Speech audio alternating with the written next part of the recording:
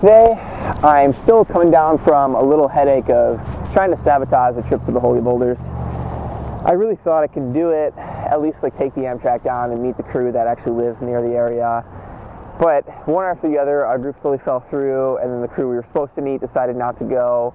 So now I'm here stuck in the city. It's not the worst thing in the world, but when I'm kind of feeling really strong at my peak ability and the conditions are great, those two things are only going to coincide for so long. It's too warm. I have to, take a break from climbing for a little while just so my body can recover, and there's little aches and pains from training that are still kind of around. But I just got to make the best of it. So today I'm at First Ascent Humboldt Park. I'm going to kind of hang out and just climb, project some boulders, have some fun.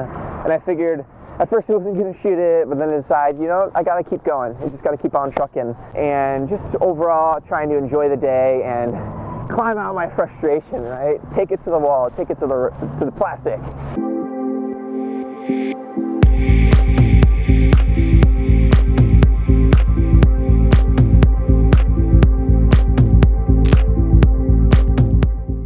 Now that I'm ready, got all my gear on, I'm gonna just start warming up.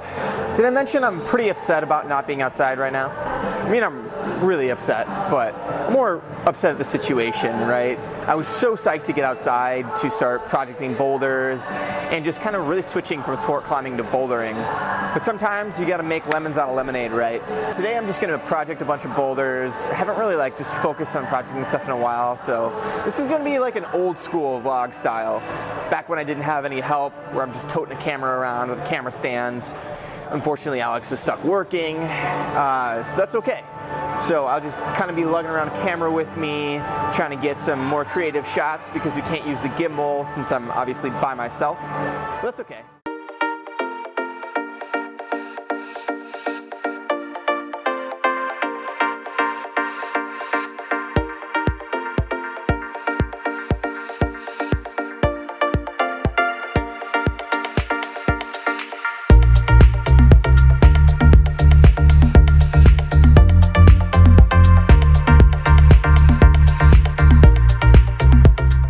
Yeah, so now I'm moving on to some 4s, some 5s, and then kind of just roll on what I feel like doing. So usually after I work 0s through 3s, I'll then do a 4 and a 5 and then hang on a hangboard a little bit. Get those fingers kind of turned up a little bit without actually having to do a climb, and then give them a climb. All right, so about to do this 5, pretty much on the same wall.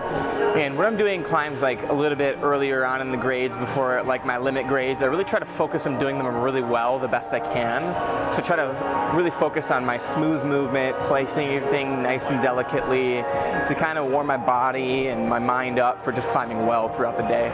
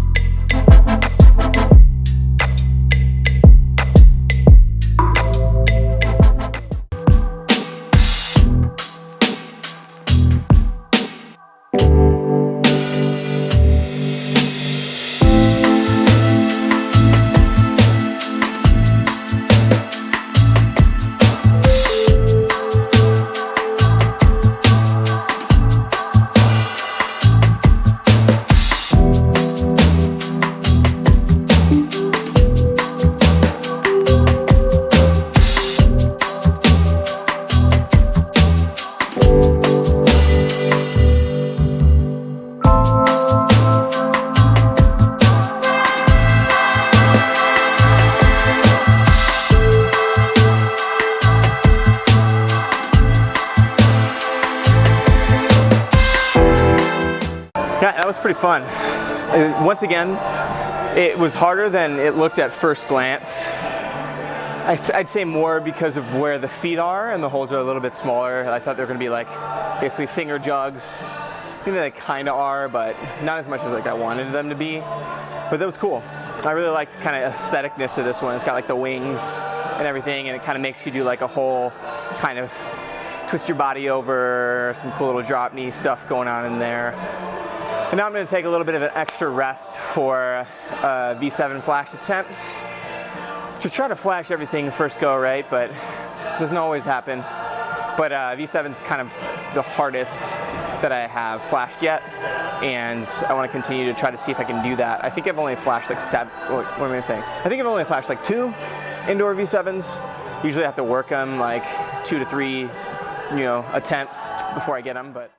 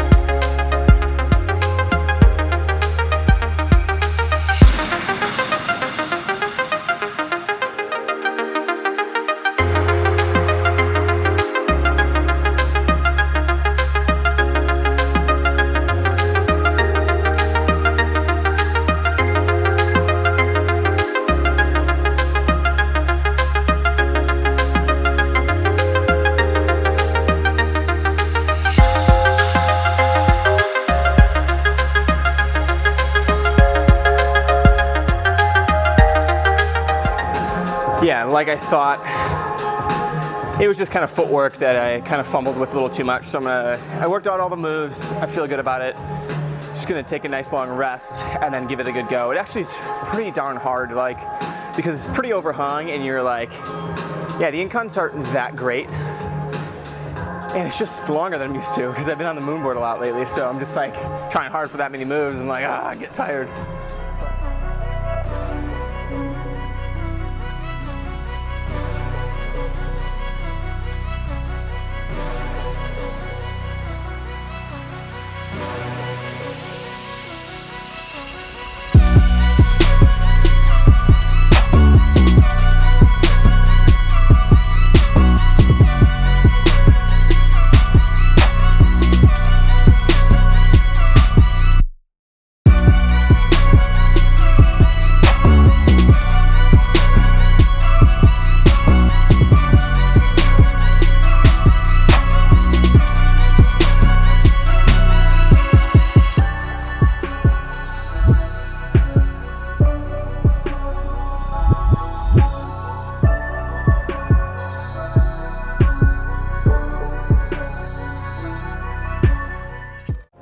I got worked on that one. Whew. There's one hold where my pinky slipped off, but I still felt okay, so I just powered through it. I feel like I kind of strained my back a little bit. But that was fun. Glad it went down. Done slightly differently than expected. I didn't want the feet to cut where they did, but I held it and it just powered through. The top is pretty cool too. It's a little bit delicate. I think that's where I kind of tweaked my back just a little tiny bit. I think I'm okay though.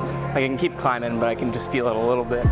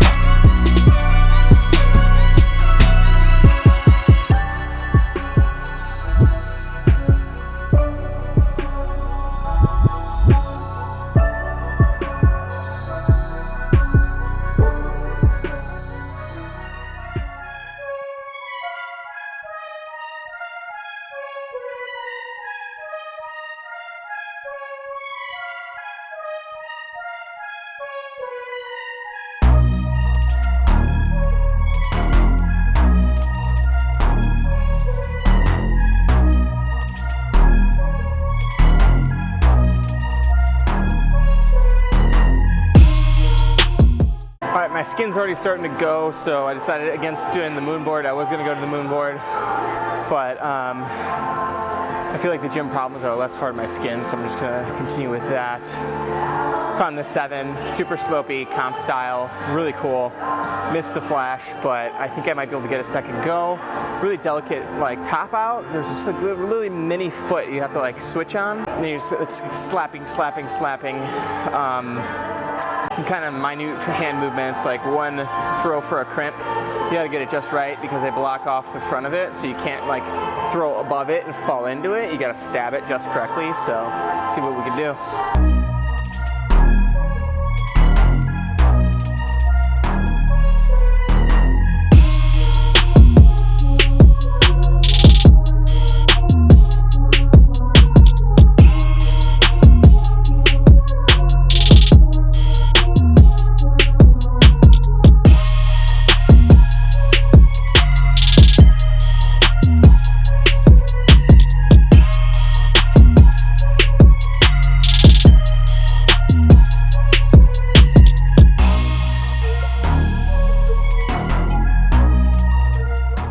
Yeah, that was pretty sweet.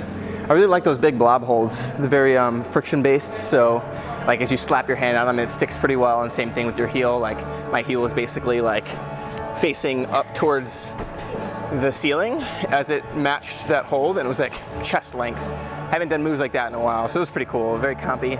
And then basically as I was moving into those little like side holds, they were kind of bad, so you had to kind of thumb catch the corner and then go up, and there was that little stab move, so I stuck that pretty well. And then going up to the top sloper, and then it was like really delicate as I was moving across the tiny like chip hold to then match it and hope I didn't pop off and land on my back from pretty high, because this is probably the tallest point on the bouldering wall as it kind of goes up, and then delicately push up to the top. So it was pretty sweet, but my skin's pretty much gone at this point, so I think I'm gonna call the sesh here.